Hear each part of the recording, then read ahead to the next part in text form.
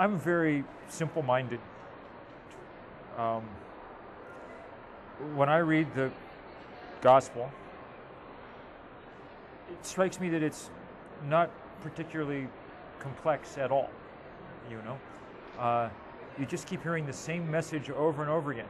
It's a hard message to get. The apostles, the disciples keep saying, they keep sort of losing the thread and saying, what's this about again? Remind us what we're, Jesus, love your God, love your neighbor as yourself, okay? Love your neighbor as yourself.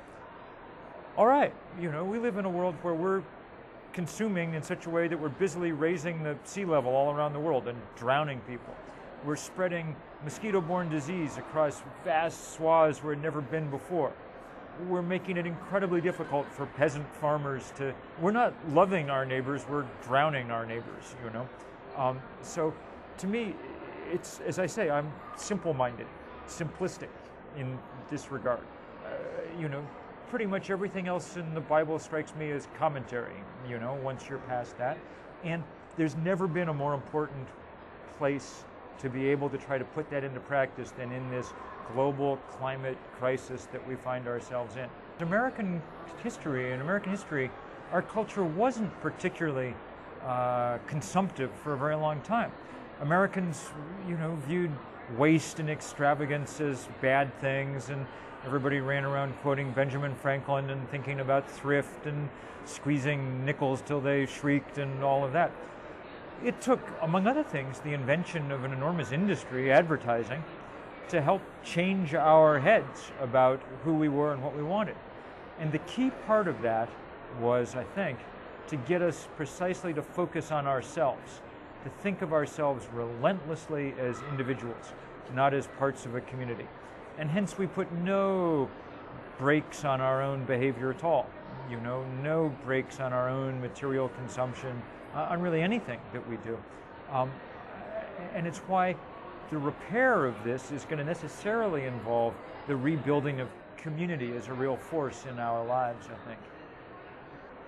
But most of the things in our economic lives can be localized to one degree or another. And as they are, they increase the web of social networks. So energy, you know, we're used to it coming from a big centralized plant someplace. Just like we're used to food coming from, you know, some big plant in the Midwest and shipped out all over the country, or some huge farm in California. Just like food can be and should be produced locally, so can energy, you know. I have solar panels all over my roof. I'm tied into the grid. I'm a small utility. You can have somewhat bigger ones with windmills in your town or your county, you know, on and on and on, that allow people more control over their lives. Even very soft commodities. Think about culture and entertainment. We're used to the idea that music comes from far away. Somebody in Nashville records something, puts it in a difficult to open plastic box, sends it to you, okay? And that's how you consume it. That system is going down, you know? But the part of the music industry that's booming is local live performance and festivals. People want to be consuming music in each other's company. And it turns out the company is as much what they want to consume as the music, you know? So I think there's loads of possibility for moving past this centralized stage that we've been in. I think this is a very chicken and egg thing, and I think it's very hard to get back to community just sort of from where we are.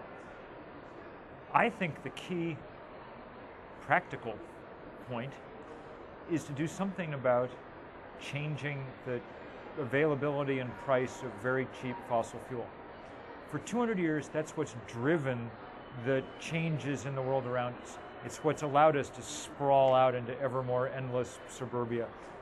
It's what's allowed us to build houses 4 times as big as anybody needs, you know, and to drive everywhere by ourselves, and to develop the set of habits that made us into these hyper-individualists.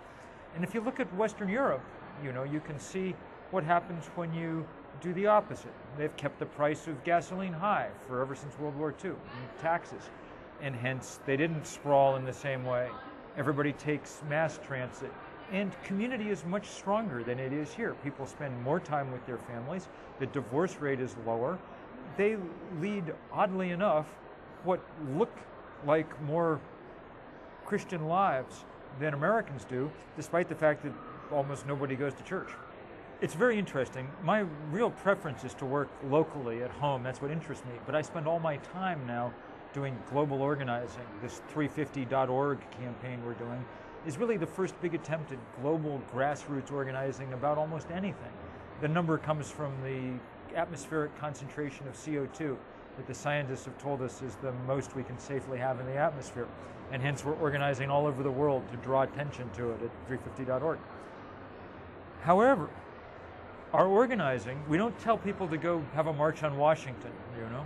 We're going to have a huge day of global action on October 24th, but all the rallies and events and demonstrations will take place in people's local areas, and then we'll aggregate them on the web into something larger than the sum of their parts. We did this already in 2007 across our continent, a big day of action on climate change called Step It Up that was very successful at changing Obama's policies, among other things. So we think that the local and the global are the two areas in which one can work, and that we happen to live at an interesting moment when those two are linked for the first time via the web into an organizable whole. So those are the scales that we work on. You'll recall that right before the economy broke apart, gasoline was selling for $4 a gallon. And that was one of the things that started to tear away at the housing boom in this country. You know, all of a sudden it didn't make sense to drive 50 miles from your workplace out to the last chain of suburbs someplace, you know. If we ever get the economy going again, the price of oil is going to go right back up. We no longer have the energy infrastructure to maintain this huge, sprawling, especially if we take global warming seriously, which we damn well better do because it's taking us seriously, you know, and it's really starting to bite. And so I think the future looks more spread out, more decentralized than what we have now. I sure hope so.